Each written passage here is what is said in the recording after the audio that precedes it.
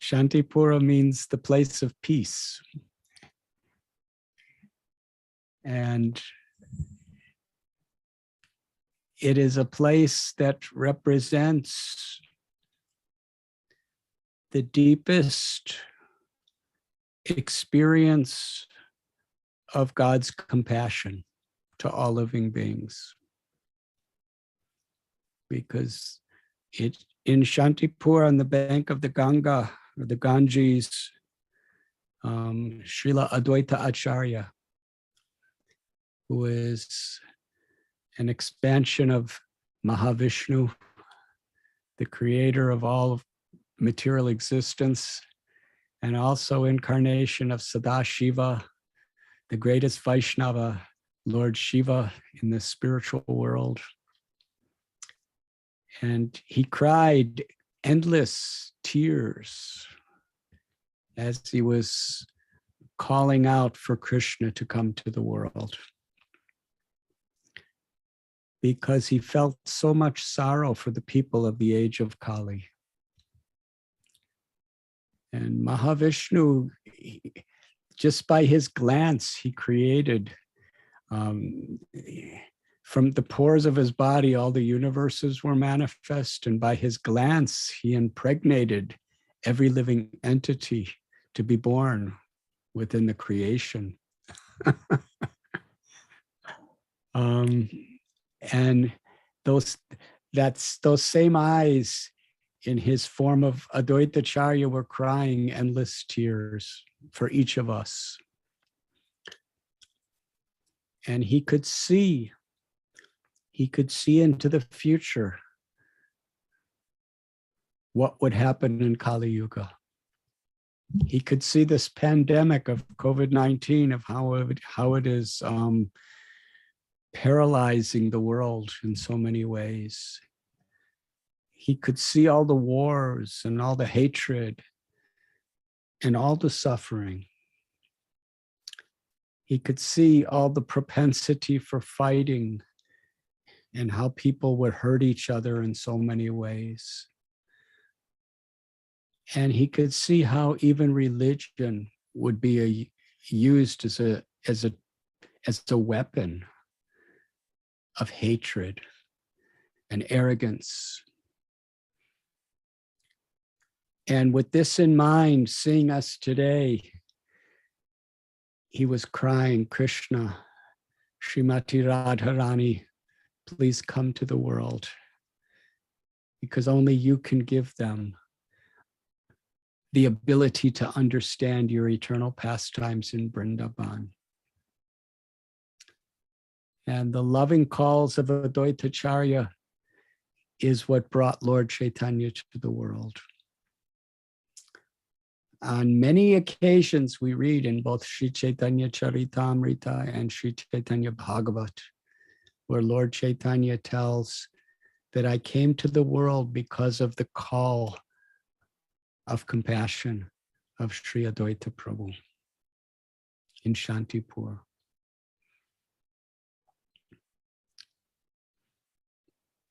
It was in Shantipur that Lord Chaitanya was on his way to Vrindavan, and his mother, Sachi Mata, requested, please do not go to Vrindavan, go to Jagannath Puri and live there.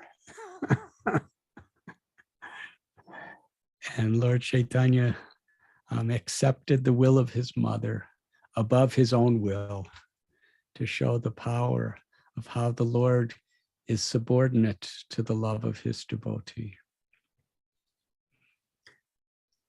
And it was in Shantipur that our beloved Srila Prabhupada would regularly come when he was a Grihasta. He would come there to the Advaita Bhavan, where Advaitacharya's deity of Madan Gopal is still present. Srila Prabhupada would pray to Madan Gopal and Advaitacharya and Lord Chaitanya Mahaprabhu, please give me the strength to fulfill the impossible mission of my Guru Maharaj, to bring this message that the mercy that Advaitacharya prayed for Lord Chaitanya to come, Srila Prabhupada was given the mission to take all over the world. And all of Srila Prabhupada's disciples, grand disciples, followers, we are all dedicated to just trying to assist Srila Prabhupada in taking this divine grace, the divine grace of Sri Sri Radha and Krishna, which manifests in this world as Lord Chaitanya, which was brought to the world by Advaita Acharya, and which Srila Prabhupada carried to each of our hearts.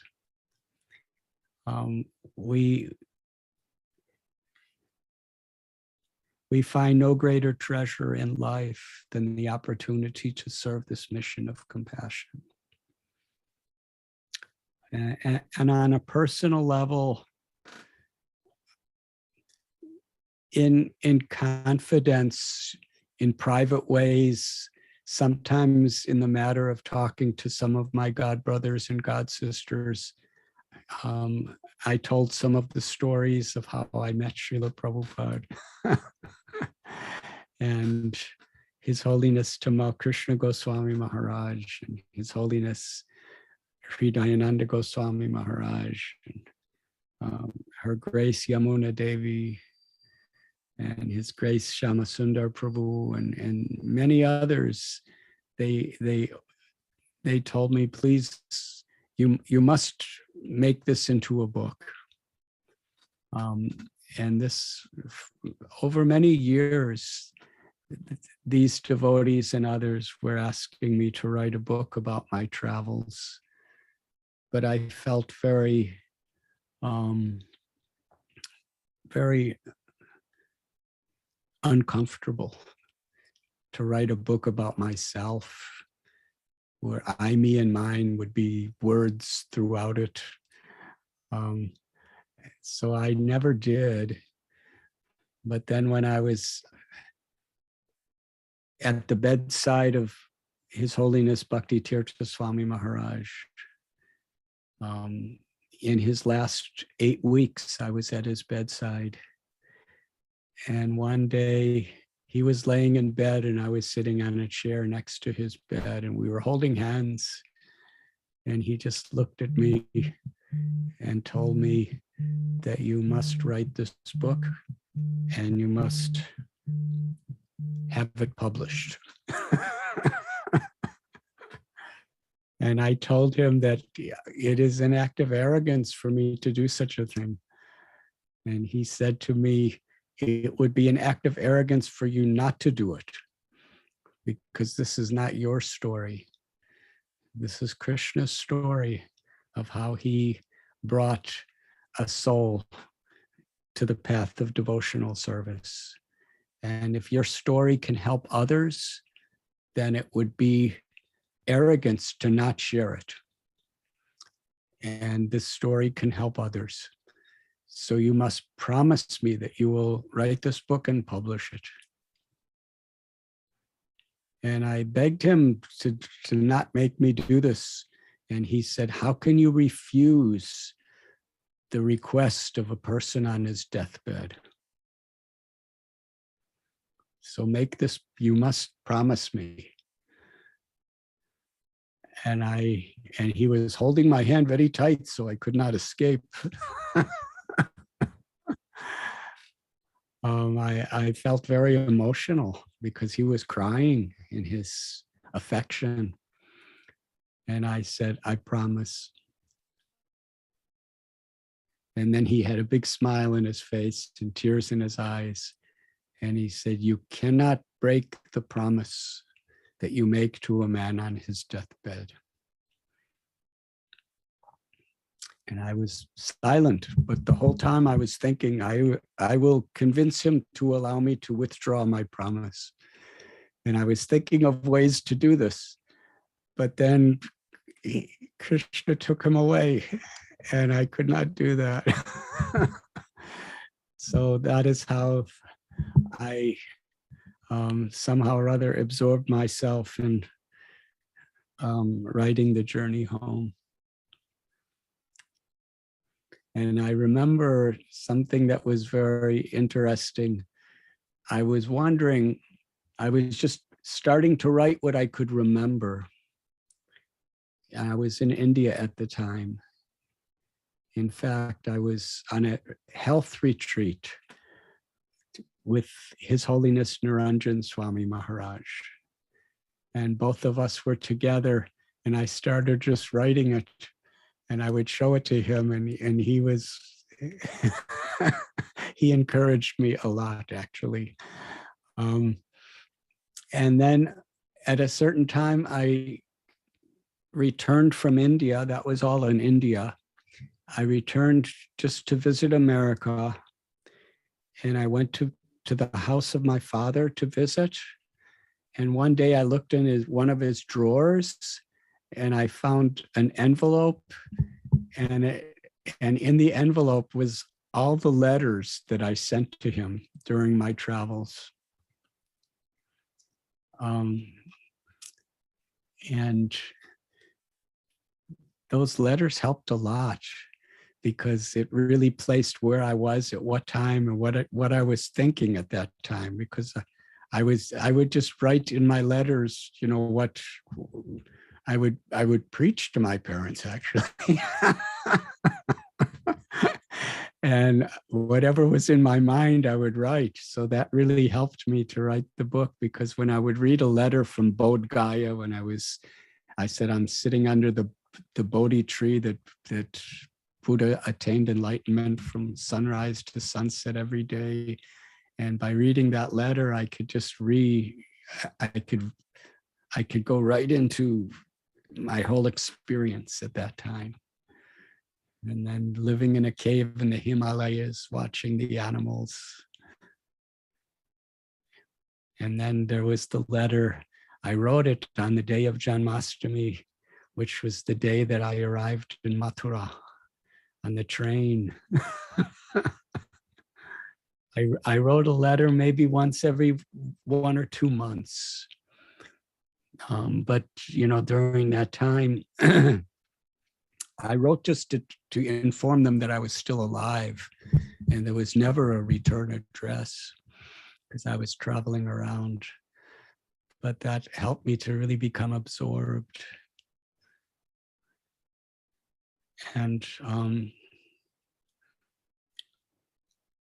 I really didn't know if anybody would ever read the book.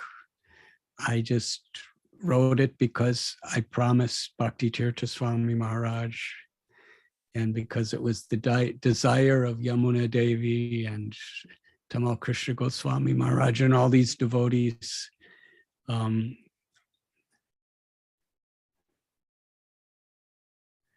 I never thought that anyone would really appreciate it. I just wrote it. And hearing from you, your appreciation, that just makes everything so worthwhile to me. And I'm especially grateful that by the mercy of all these great Vaishnavas who inspired me to write it and who practically forced me to write it, I could be so nicely connected today with all of you.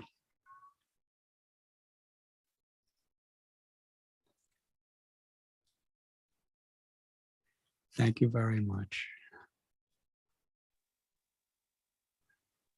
And when the book came to me, I'm in Chicago at this time in America, and the book was mailed to me from London, I think.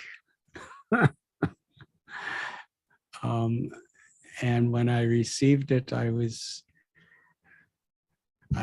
just was looking at it. I couldn't understand the language, but I could feel how much dedication, compassion, and devotion were in the hearts of all of you who helped to make it possible.